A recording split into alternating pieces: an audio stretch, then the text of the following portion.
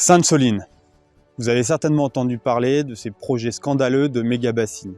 Mais sachez qu'ici, dans le département du Puy-de-Dôme, un projet de plus grande ampleur encore est dans les tuyaux. 32 hectares artificialisés sur la commune de Bouzel et Saint-Georges-sur-Allier.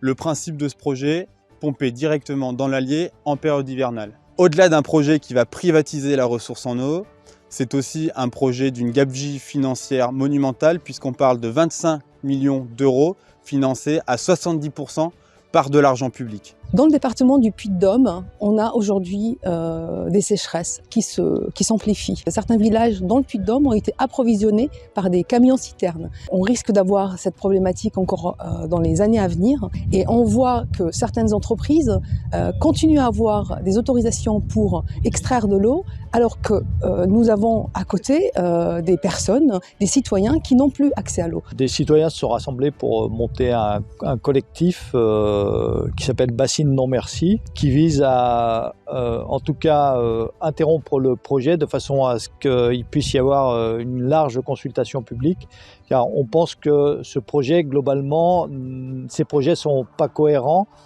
d'un point de vue écologique, économique et social, et ils amènent à une appropriation d'un bien commun qu'est l'eau pour un nombre limité d'utilisateurs. Donc les élus de la métropole, on a été alarmés évidemment par ces projets de méga-bassines. On a proposé un vœu au Conseil métropolitain qui dit qu'aujourd'hui, on doit prioriser les usages d'eau potable et d'alimentation locale.